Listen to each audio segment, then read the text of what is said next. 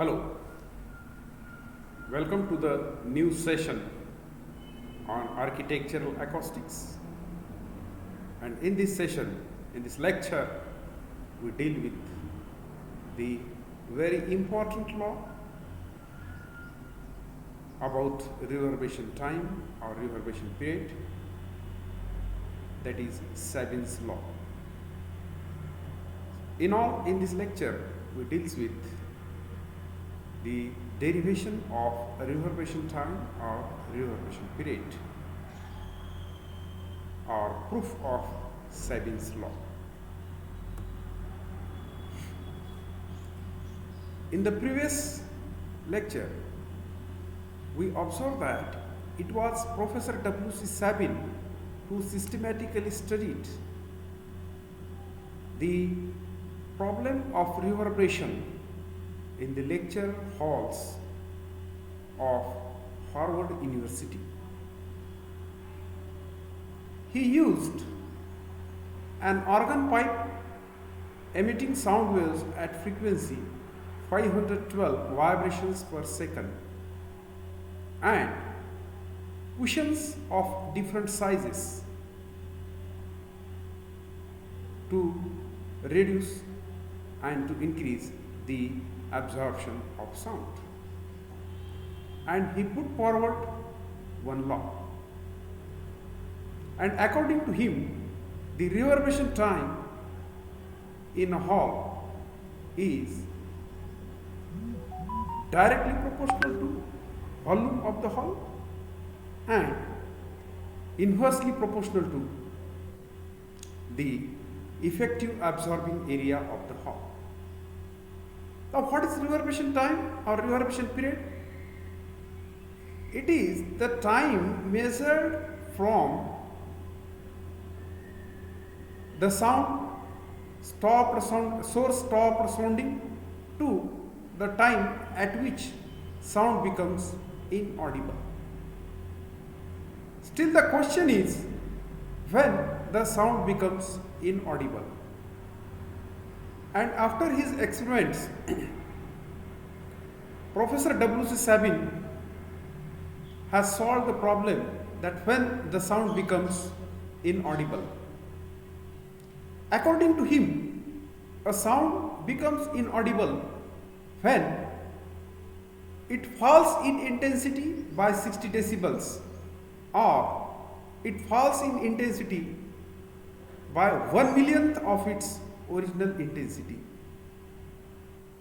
Accordingly, he put forward his law about the reverberation time, and the statement of law is the time that the sound takes to fall in intensity by 60 decibels or 1/1,000,000th of its original intensity after the source stopped is the reverberation time, given by T equal to 0.05 V, capital V, divided by summation A1 S1.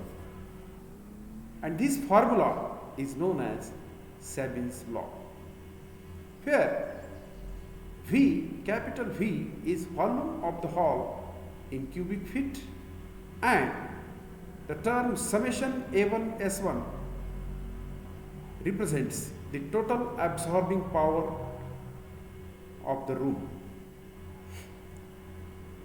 and summation A1 S1 is simply equal to A1 S1 plus A2 S2 plus A3 S3 plus dot dot, where S1 S2 S3 dot dot dot are different surface areas in square feet having absorption coefficients A1, A2, A3 dot dot.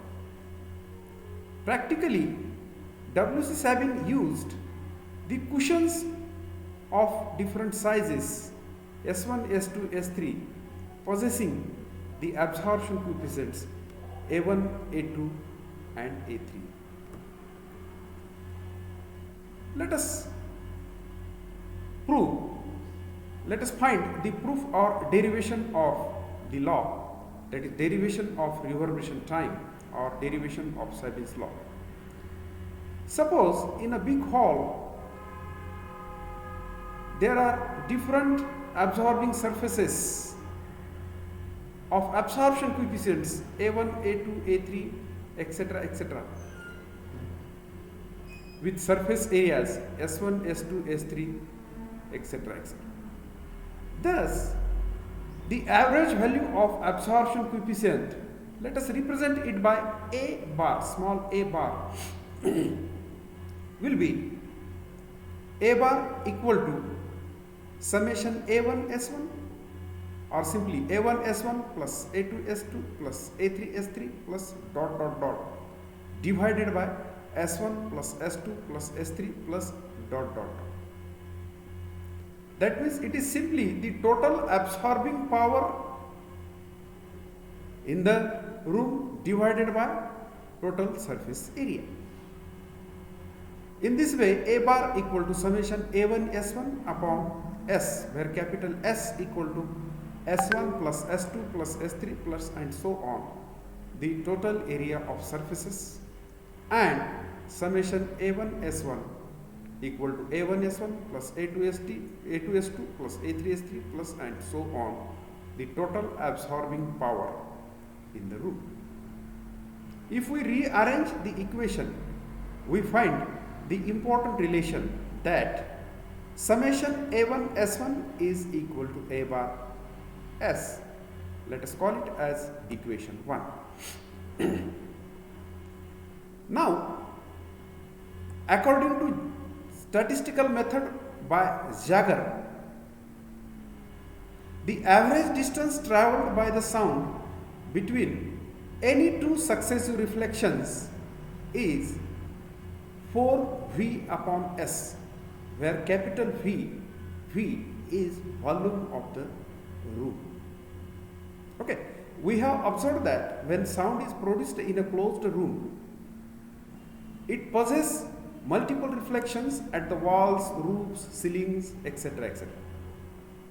So, in between any two consecutive or successive reflections, the distance travelled by the sound wave or sound is 4V upon S, where V is volume of the room and S is the total absorbing surface area. So, this formula is derived by Jaeger statistical method. Now, if small v is velocity of the sound, then what will be the time between two successive collisions? We know that velocity equal to distance travelled upon time. So, time equal to velocity upon distance, distance upon velocity. So, what is distance between two successive collisions? 4V upon capital S. Let us divide it by velocity small v.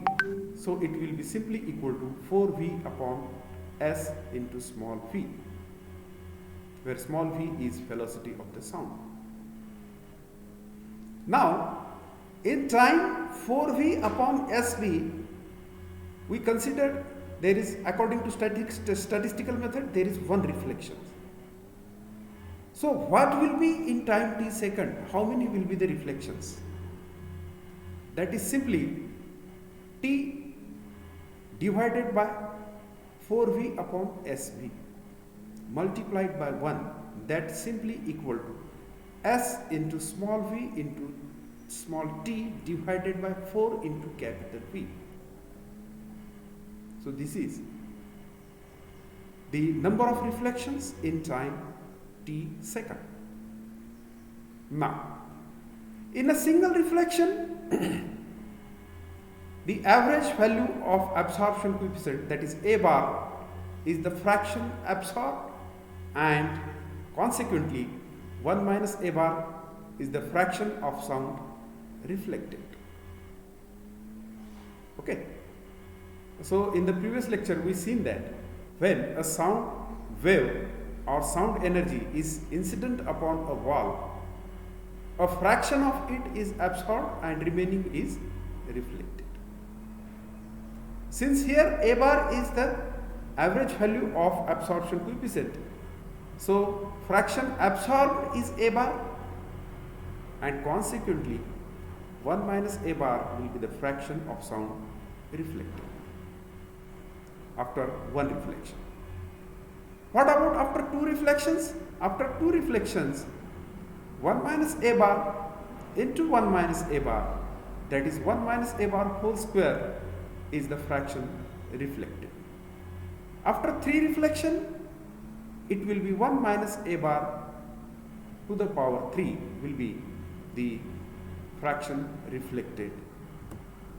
In this case, we have SVT upon 4V reflections after time t seconds. So, the fraction reflected after time t second is 1 minus a bar bracket to the power SVT upon 4V. This is quite a consequence. Now, if I0 is initial intensity of the sound and IT is the intensity after t second. So I0 is the intensity when sound start emitting and IT is intensity of the sound in hall after t seconds. Then what will be the value of IT? Of course, it will be fraction of I0, okay, as we have seen, and it will be equal to it will be fraction of I0 that has been reflected after time t, and that is I0 multiplied by 1 minus a bar to the bracket SVT upon 4V. If we rearrange this equation, we came to equation 2, that IT upon I0 equal to 1 minus a bar bracket to the power SVT upon 4V. Now, if the time t, small t, is capital T, that is the reverberation period, then from the definition of reverberation time, it is the time required to fall the intensity of sound 1 millionth to the 1 millionth of its original value, original intensity. So, IT upon I0 at reverberation period t, that means IT upon I0 at t equal to capital T, will be equal to 10 raised to minus 6 according to definition of reverberation time. Let us call it as equation 3. If we put in equation 2 small t equal to capital T, that is reverberation time, then we obtain the equation IT upon I0 small t equal to capital T, that is equal to 1 minus a bar bracket to the power SV capital T divided by V. Point out the change that small t is now replaced by capital T, which is reverberation period. Now, what is IT upon I0 at t equal small t equal to capital T at reverberation time? That is given by equation 3, and that is equal to 10 raised to minus 6. So, putting this value here, we obtain 10 raised to minus 6 as equal to 1 minus a bar to the power SV capital T upon 4V. Now, it is simple matter to solve this equation. Let us take logarithm of both the sides, of course natural logarithm.